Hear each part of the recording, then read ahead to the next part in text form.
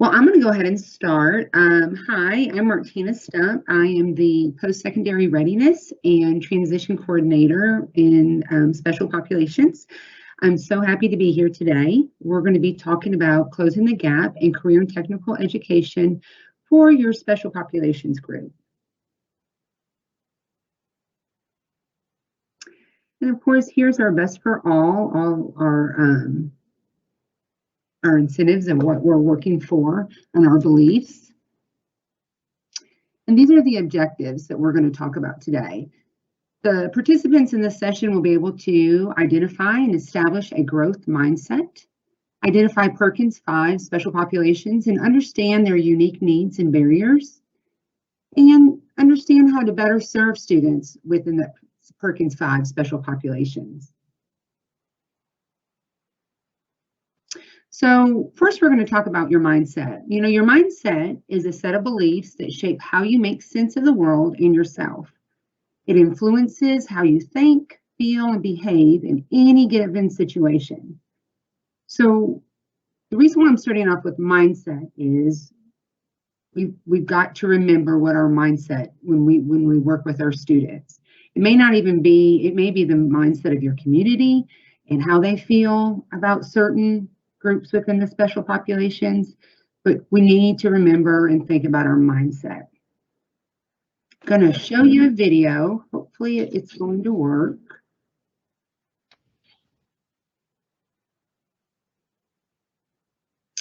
And here we go.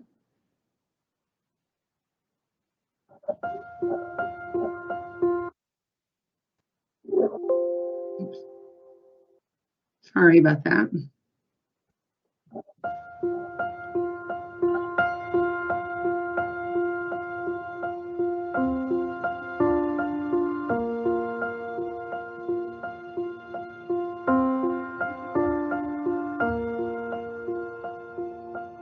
You're about to meet Michael.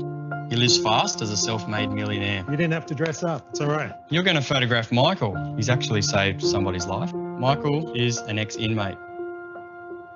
He's a commercial fisherman. Michael claims to be psychic. Nice to meet you.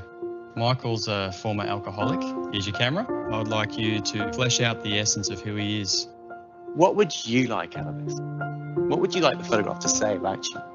Do you find that being a psychic impacts much on your day-to-day life? I can see this is emotional for you. Like to get to know the person. You've only got 10 minutes, right? I think you're a guy that's put yourself out there.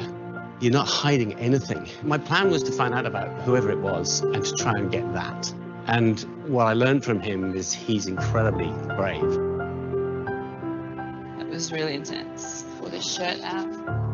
Sorry. I wanted to see the nature of the person, which then present a challenge. How do you portray him as a fisherman?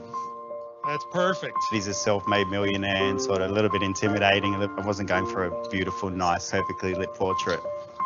I just want to try bring out something of who you are. I think that you just treat people like they're everyday people, like everybody is. Pleasure. Thank you so much. Well, I hope I've got that guy's bravery on film. So it was a very intimidating environment. Can't see your work. I like the empty chair next to it too. Because this is a totally different person. Yeah.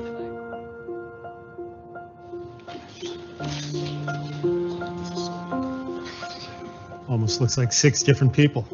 So not everything I told you today was true.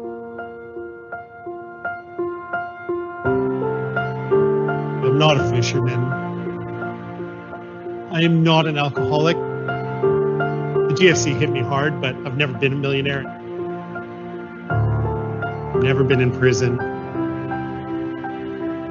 I am a Bondi lifesaver, but the story we talked about never did happen. Not psychic. Can barely spell it. Before I knew there were different characters in each of these, I thought, that's really strange. These don't look like portraits of the character I thought you were. You always got your own preconceptions and you've got your ideas. It pushed me into a position and a space that I wouldn't normally be in. You have to dig a lot deeper. It means you've got to be, I think you're a lot more creative to work out how you're going to.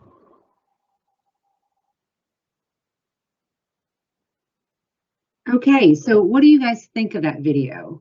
If you could put in your chat just what you saw and what really stood out to you about that video.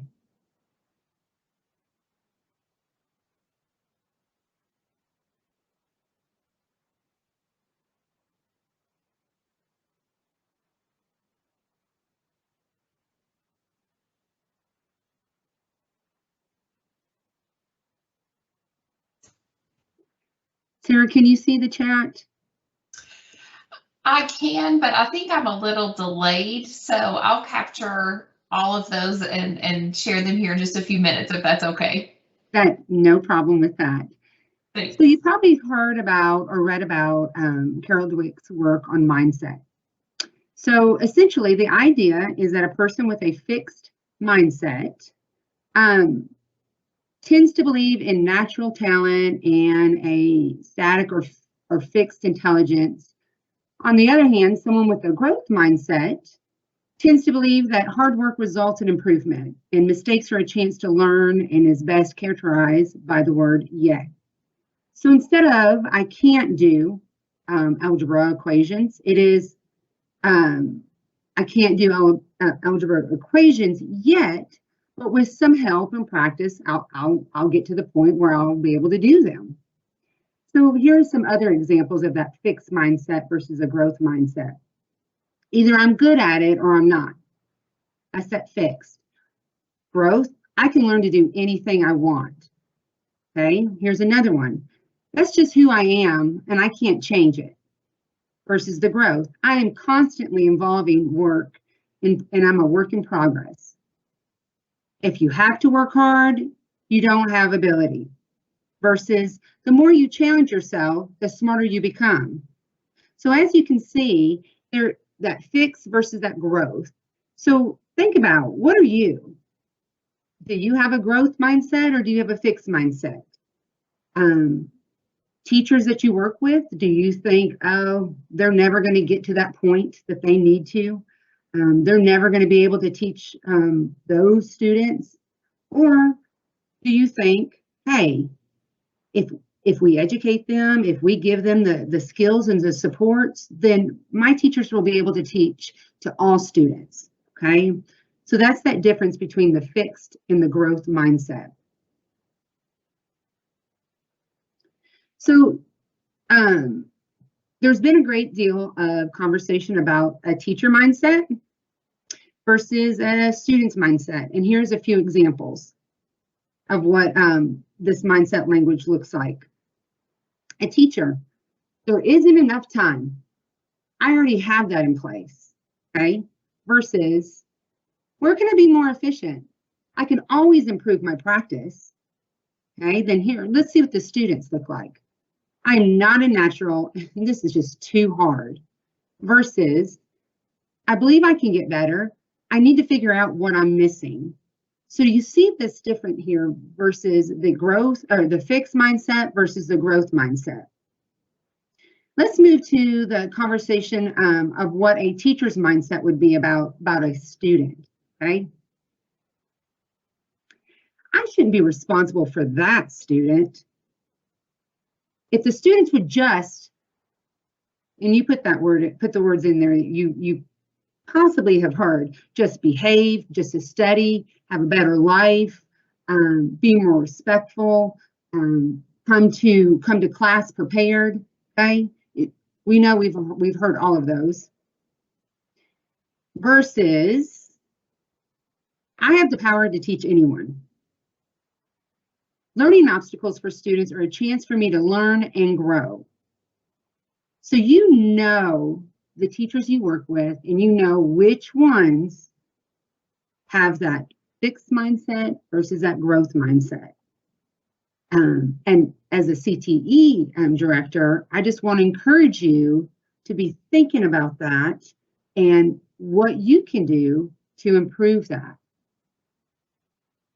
Because we need to remember that sometimes when we have a fixed mindset, then your fairness perception of what fair is a mindset and will affect your interaction with students, whether it is about grades, accommodations, or just good teaching. Because Fair does not mean equal. In fact, equality often becomes the enemy of fairness. So just think about that and how that could relate to your CTE programs and the students that you have in those classes. So now let's talk about the special populations within Perkins. So I want to know, are you able to name those special populations within Perkins 5? So if you can think about it for a second and then put it in the chat, if you can come up with some of the groups within special populations, okay? I'll give you guys a couple seconds to do that.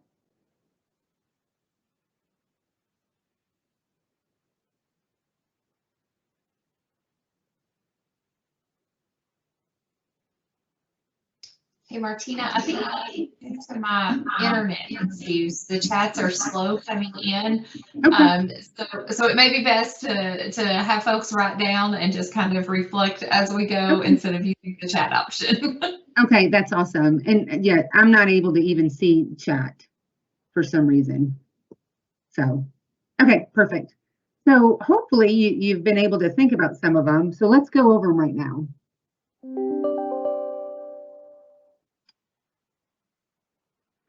Here's your special populations that's within Perkins 5. You've got your individuals with disabilities, individuals from economically disadvantaged families, including low-income youth and adults, individuals with other barriers to educational achievement, including those individuals with limited English proficiency, homeless individuals, youth who are in or have aged out of the foster care system, youth with a parent who is a member of the armed forces and is on active duty, and individuals preparing for non-traditional fields, out of workforce individuals, and then single parents, including single pregnant women. Hopefully you were able to identify most of these, but really to sum all of these up, in general, the special populations group within Perkins 5 are just students with needs that require special consideration and attention in an educational setting. So I will tell you, I don't know of one person at one point in their time that they didn't need special consideration with dealing with whatever they were dealing with in life when they were at work, in your classroom, anything. I mean, everybody has something at one time that they need that requires that special consideration. So let's talk about what an effective CTE educator would look like. So an effective CTE educator provides support to students by knowing their students within the Perkins 5 special populations and understanding their unique strengths and needs. Everybody has a strength and everybody has an area of weakness. I'm just going to be honest with you. I am not a great speller, and that is a weakness of mine. Good thing that we have spell check on our computers and the technology and stuff. But everybody has a strength and everybody has a weakness, and it's to be able to identify that and understand those and be able to teach to all your students.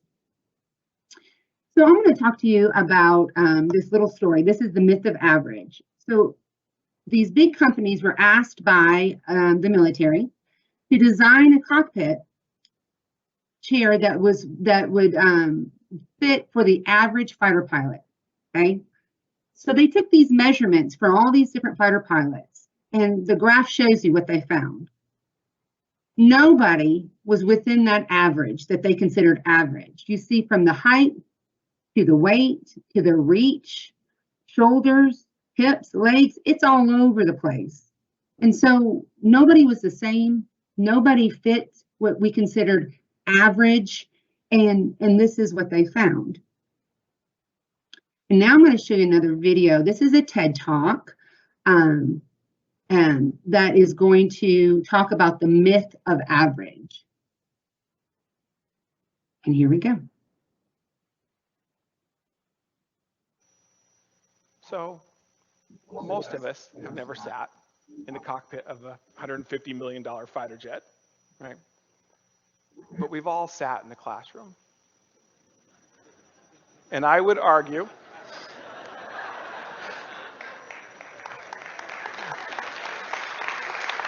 I would argue that these are the cockpits of our economy. And I think we all know that we have some problems. We're spending more money than ever before, but we're getting worse results. Whether we're talking about declining test scores in math and science, or our dropout crisis, you probably know that we have over 1.2 million dropouts every single year in high school in this country. What you may not know is that at least 4% of those dropouts are known to be intellectually gifted. That means we're losing over 50,000 of our brightest minds every single year. So we know we have a problem, but do we know why? So far, we've been content to blame the students. We blame the teachers. We even blame the parents. But here's the thing. I think back to the Air Force example, and I can't help but wonder how much of this problem is just bad design. Here's what I mean. Even though we have one of the most diverse countries in the history of the world, and even though it's the 21st century, we still design our learning environments like textbooks for the average student. No kidding. We call it age appropriate, and we think it's good enough. But of course it's not. I mean, think about it. What does it even mean to design for an average student? Because a student is not one-dimensional, like struggling to gifted. Students vary on many dimensions of learning, just like they vary on dimensions of size. Here are a few obvious ones. And just like size, each student, every single one of them, has a jagged learning profile. Meaning they have strengths, they're average at some things, and they have weaknesses. We all do. Even geniuses have weaknesses. But if the fighter pilot example has taught us anything, it's this. If you design those learning environments on average, odds are you've designed them for nobody. So no wonder we have a problem. We've created learning environments that, because they are designed on average, cannot possibly do what we expected them to do, which is nurture individual potential. But think about what that really costs us. Because every single student has a jagged learning profile, it means that the average hurts everyone, even our best and brightest. Even for them, designing on average destroys talent in at least two ways. First, it makes your talent a liability. We all know. Okay, I'm not going to watch it. It is a longer video. We'll make sure that you get that link to this video. But really what I wanted you to see is that, you know, if we just design our classroom for the average student, then you haven't created it for no one. If you are just teaching to your students that are your average students that don't have those special considerations like we talked about, then you're not teaching to any of them. You're not going to reach any of them, because everybody has something. There's not just an average student that doesn't have a special consideration of some kind. So that's just, to me, a very powerful message. So let's start with the basics. Think back for your undergraduate coursework to Maslow's hierarchy of needs. The most important thing to remember about this hierarchy is that you can only move up if the needs of each level are met. So as we're moving up this hierarchy, we see that, and remember, you cannot, as long as you can't move up until that level is met. So as we're moving up this hierarchy of Maslow's hierarchy of needs, then we see that if there is a deficiency in any of these, then you're not going to have the growth at the top. So you're not going to have learning. Okay, so remember back to our group of special populations and the different things that we talked about, but also remember that in general, special populations are just students that have special considerations that we need to consider in the education setting, right? So these bottom two deal with themselves. The next two are dealing with how they deal with others. But then, you know, like we said earlier, you can't move up this Maslow's hierarchy of needs without meeting each one of these levels. So if a student's not feeling safe, they don't feel like they belong, they have low self-esteem, you're not going to have the learning that you need, that you want in your classroom. So I think that's really powerful to remember that. So let's talk about some of the common barriers of students within the Perkins V Special Populations. So they resent authority. They're lacking those funds to purchase maybe materials they may need for your CTE programs. Maybe the funds they need to be able to go on a field trip. They're lacking the funds to be able to dress like the other kids. They're experiencing failure. By high school, some of your students that your teachers are working with have experienced failure almost every year they've been in school. You think about how many years that is for a student by the time they hit 9th grade. They've been told they can't do it. They're probably not smart enough. And you think about what that brings to those CTE programs for these students. They're lacking the support at home. And this may not be any fault of the parents, but it's based upon the situations that they're in. You know, a lot of them come from homes where parents are full-time, work full-time, and they're not there when they get home from school. They're not there asking them, do you have homework? Signing permission forms, you know, and it's just because they're trying to provide for their families.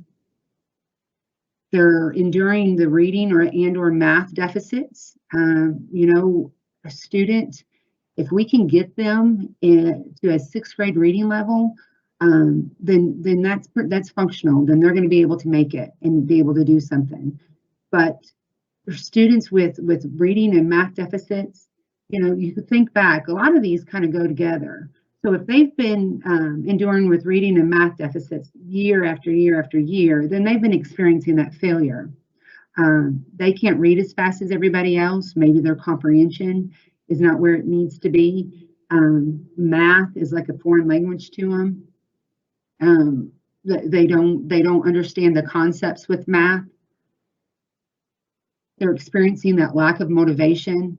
But I'll tell you guys, if I was told all the time that I couldn't do something, or grades were showing me I wasn't good enough, or I wasn't performing as well as everybody else, I don't know if I'd have motivation. I don't know if I would want to be there and be able to endure that every single day.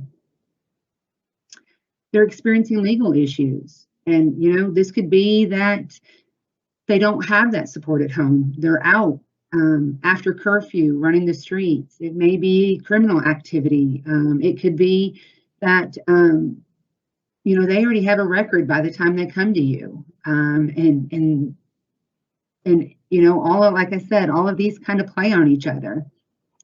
They have difficulty working with others. Could it be that, you know, they've never been taught on how to work together? Maybe that's not how it is in their house. That's not what they see. Probably have trust issues. If I have a trust issues, am I going to be able to just trust somebody to work with them and be able to finish a project and be able to do what is being asked of me? I don't know if I will. And then, of course, they suffer from multiple absences. If you have not been there continuously in school to hear the content day after day, and you know it builds on each other, right? Then then, you know, that's going to have an impact on, I mean, that's going to be that, you know, that they're going to, it could be, that could affect their reading deficits and their math deficits. That's going to have an impact of their motivation. Probably not going to want to work with others because they really don't know the students, the other students in their classes and stuff. And so we've got to just keep this in the back of our mind about these special considerations that our students within the special populations are dealing with. And I'm just going to tell you, they're students. They're 14, 15, 16. A lot of these special considerations that they're dealing with are not something that they have chose for themselves. So we really need to have that empathy. And remember, we cannot just teach to that average student because, as we saw, there's not really an average student. It's all over the place. Everybody has a strength. Everybody has a weakness, whether you're part of the special populations group or not. So we need to remember and be able to teach to all of our students, no matter what they're dealing with. So here's another one. An effective CTE educator provides support to students by, well, understanding their role in the individualized education program. That's the IEP Team Meeting and the IEP development. It is so critical. Probably more of the students in the special populations group will be students with disabilities. You know, the IEP is a legal document, and it has, there's legal requirements on who's supposed to be there at the team meetings and stuff, but it's so important. And I will tell you, I presented at the CTE Institute, had a lot of CTE educators in my session. I talked about this and their roles, and they were so surprised. A lot of them said they're not invited to IEP team meetings. They said that they didn't understand why they were supposed to be there. And so this was definitely a need within our districts that that you are educating your CTE educators on this process and what it all it means. So, you know, for instance, this is their role in the IEP team meeting. For students that are interested in their course, they share that information in the course requirements. They are the expert of their course. They need to come to the meeting. They need to help with that development. You know, that IEP is basically the student's lesson plan for the year based upon their deficits and their needs that the student has. So if they're enrolled in a CTE course, they're going to be talking about that course, and the CTE educator needs to be there to be able to explain what entails with their course and the requirements. For any student in their course on an IEP, report on the student's performance and whether those suggested accommodations, modifications are effective, and share any concerns that they may have. They need to voice, hey, you know, this student has had extended time, but they don't need it. They don't use it. You know, as a special educator, I want to wean my students off of those accommodations. I want to get them prepared for the real world, because there's not going to be the accommodations and modifications like we provided within the school setting. So it's so important that they talk about this, that they come and say what has worked and what hasn't worked. And also it's important that they just attend those IEP meetings. And CTE educators are an important member of the team that assists in that creation of the IEP, and their input is critical for the success of the student in their CTE course.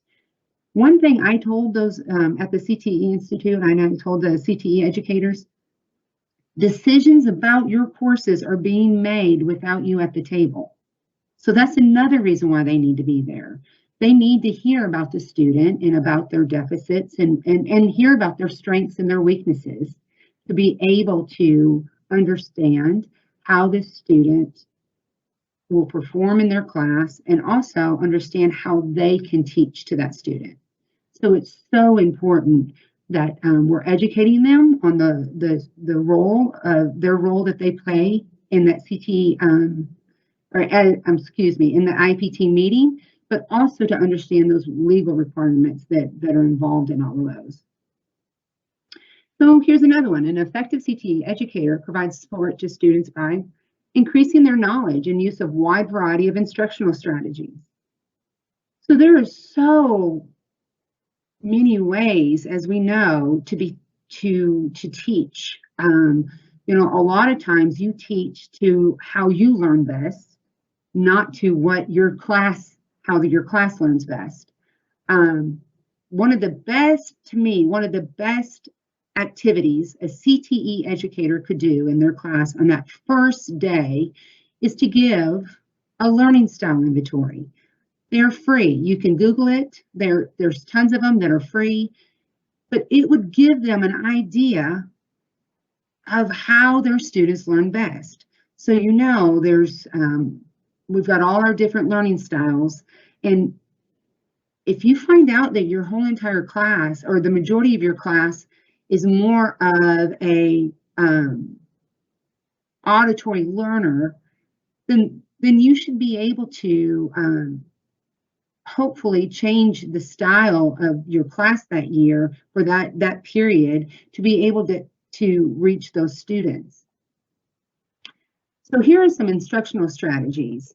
Create those learning stations. It's so important. Those learning stations, you can have different learning stations with different concepts at different levels. Okay, so that's where we're accommodating for whether a student has a reading deficit, a language deficit,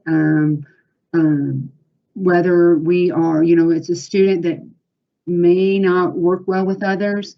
If you're creating those learning stations, then you can be able to, you have that ability to create multiple learning stations that will hit either all those styles of learning or even those special considerations we need to. Teach, represent new information in a variety of ways, like incorporating visuals, speaking, and movement. That's those different learning styles I was talking about. Share personal experiences with the content.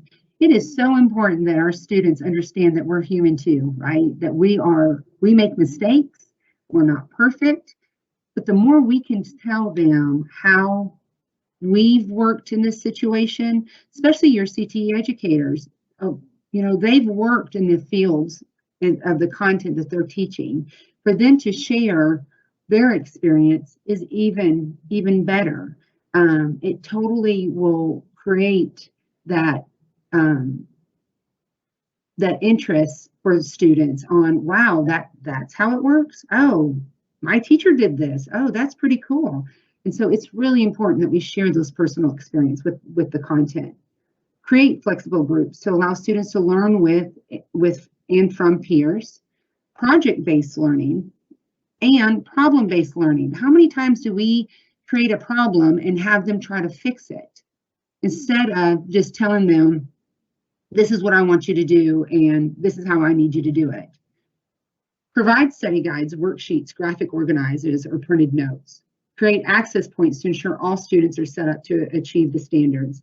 And then utilize those peer work activities that allow for students to speak to and listen to peers, like that think, pair, share method, or even that peer tutoring. So important. That also will help your students that have problems working with others to build those relationships that they need. Here's another one. An effective CTE educator provides support to students by understanding accommodations versus modifications and how to implement them. Now, IEP team, of course, this is something you're going to talk about, accommodations and modifications for your students that are on an IEP, students with disabilities. But all students can receive accommodations. It doesn't have to be just that it's the ones with an IEP that have a identified disability. So let's look at accommodations, modifications, and then just what's good for all. So accommodations change how the student is taught or expected to learn. They provide equitable access during instruction, and assessments in either change the construct being assessed or compromise the integrity or validity, I couldn't get that word out, of the assessment or content, okay? And let's look at and then they're intending to reduce or even eliminate the effects of a student's disability. So accommodations, you guys may not even realize this, if you wear glasses, That's an accommodation, right? You have problem seeing the board. That is your quote unquote, your disability. Wearing glasses, it doesn't change what you're learning or how you're being taught. It is just helping you to see the board and do what everybody else is doing in the class, okay? And it also, accommodations does not reduce learning expectations, just like I said. So here's the modifications. Modifications change what the student is taught or expected to learn. They are restrictive by nature and should be a last resort. It is a change or a just simplifying the standards. And it is changing what a student is taught, and changing what a student is taught has a long-term impact on the opportunity to graduate with a regular high school diploma. And this further limits employment, as we know, and their opportunities within college and technical schools. Modifications should be the last resort. This is not something that we should just automatically go to. So to give an example of a modification in the CTE class would be that we expect student A to learn all the competencies, right? But then student B, he only has to learn 3 out of the, say, 5. That would be modifications, okay? It does change what they're learning, like I said, and it can have an impact, a huge impact on their ability to pass their classes and be able to go on after high school to employment or even school or technical school. But then you have those ones that are just good for all, okay? These are practices that proactively minimize the barriers for the potential for all students to access the content and demonstrating what they learn. So here's a little good for all. Here you've got, it says, hey, could you please shovel the ramp? And the guy says, all these other kids are waiting to use the stairs. When I get through shoveling them off, then I will clear the ramp for you. Well, then he says, but if you shovel the ramp, we can all get in. So that is what is good for all, okay? That is flexible access. That is so important for our students. I'm going to talk about the safety test really quick because that is a concern for a lot of our students. Safety test. They don't have to show they know the content on that safety test by answering on a piece of paper. There's so many ways that a student that are having difficulties of some kind that can show that they know what they can and can't do in the CTE program. And so it's really important that we remember that and not use that safety test as a way to guide or judge whether a student should be in that class or not.